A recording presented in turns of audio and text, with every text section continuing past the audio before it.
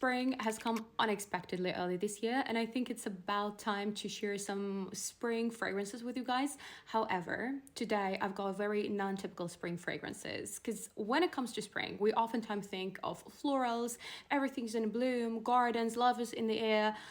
Today, I have different, like it's a mix of different scent profiles. So each and every single one of you will find something that they would like. This is the fragrance that I have been hooked on recently. My husband gave it to me just a few weeks ago. It is called Oud Nude by Guerlain.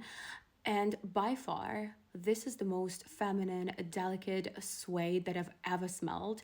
It's very similar to Bouquet Ideal by Casamarati or Golden Powder by the House of Oud. And I do own Golden Powder, but to me, that is more of a autumn in a bottle, where here it is spring. And if I would have to put this fragrance into a category that would be old money, it's very soft, expensive suede with a spark of sourness of raspberry, and almond here adds some powderiness, which makes this fragrance extremely feminine. And if you're a kind of person who loves wearing leather jackets or suede jackets in spring, this fragrance would absolutely complement your outfit. I remember that I have this fragrance after watching Bridgerton's season 4, because to me, this is Francesca Bridgerton in a bottle. This fragrance is called Blue Madeline by Atelier des Ors, and it is as serene, composed, royal, aristocratic as Francesca. She doesn't scream, but everybody can see her charm.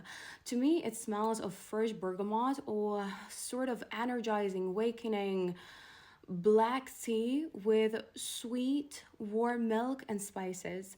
Very beautiful. Close to skin, but this is why it's called Old Money, I guess. It's a very complicated name. Iris Palladium by Les Yeux Primordial. This fragrance I came across very unexpectedly. I was gifted a sample that I shoveled away somewhere in my table, and then I was like, oh, I have a sample, let's try it. And I fell in love right away. And it's very weird because there is lavender note here. I cannot tolerate lavender. I think it's a more masculine note in fragrances, but here it is done so well.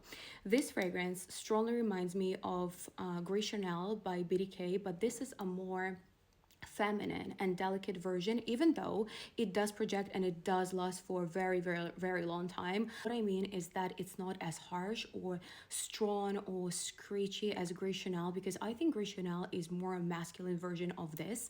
Here everything changes with the violet note. For me, I think this is the violet note because this violet is covered in sugar, like the petal is covered in sugar, and this changes everything for me. I think the time for this perfume has come, and I'm gonna take advantage of this little bottle. And this fragrance is for the girls who want to stand out and they want their fragrance to announce they're coming.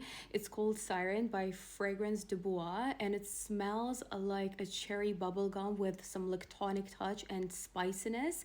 There is a huge dose of oud here as well, which makes this fragrance project like crazy. And I think spring is just the right time for it because you will not suffocate everyone with your oud, but it's still warm to make your oud shine. It's definitely for a very cool and modern girl who's not afraid to show herself. Italica by Casamarati is an expensive smelling gourmand. Everything here is blended to perfection, and I think I'm going to repeat this bottle because there is nothing quite like it. It smells like toffee soaked in warm milk, and this milk is so warm that toffee starts to melt. There is a very beautiful almond note, but it doesn't really smell like a straight up almond.